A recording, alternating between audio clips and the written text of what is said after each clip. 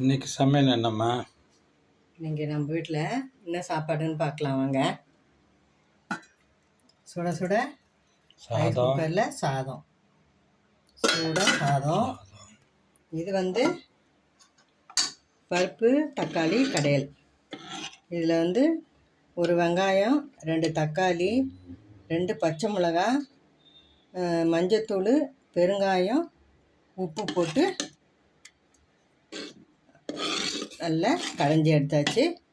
இதில் சும்மா ஒரு 4 மிளகும் சீரகமும் போட்டு வேக வச்சு எடுத்துருக்கேன். இதுதான் நம்ம பருப்பு கடையில். இது குழந்தைங்களாம் சாப்பிட்றதுக்கு இதுவாக இருக்கும்.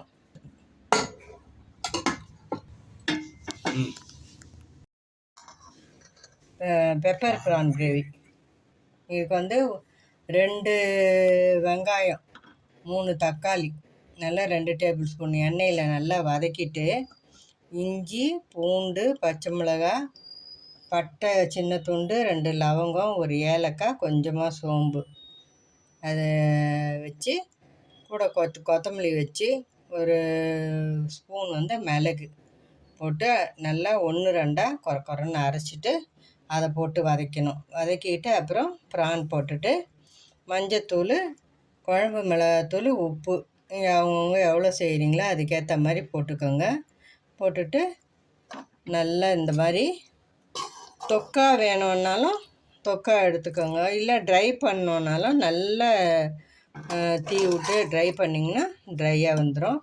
இது சாதத்தில் போட்டு சாப்பிட்றதுக்கு அவ்வளோ நல்லாயிருக்கும், டேஸ்டியாக. இதுதான் எங்களுக்கு இந்த சமையல். ரசம், தயிர், ஊறுகாய் இதெல்லாம் ஆஸ் யூஷுவல். ரசம் இன்றைக்கி புதுசாக வைக்கலை, நேற்று ரசம் இருக்குது. தயிர், ஊறுகாய். இதுதான் இன்றைக்கி எங்கள் வீட்டு சமையல். டேஸ்டியான சமையல், ரொம்ப நல்லாயிருக்கும். இது நான் சொன்ன மெத்தடில் நீங்கள் செய்து பார்த்துட்டு எப்படி இருக்குதுன்னு சொல்லுங்கள். இந்த வீடியோ பிடிச்சிருக்கோன்னு நம்புகிறேன். பிடிச்சிருந்தா லைக் பண்ணுங்கள், ஷேர் பண்ணுங்கள், எங்கள் சேனல் சப்ஸ்கிரைப் பண்ணுங்கள். தேங்க்ஸ் ஃபார் வாட்சிங்.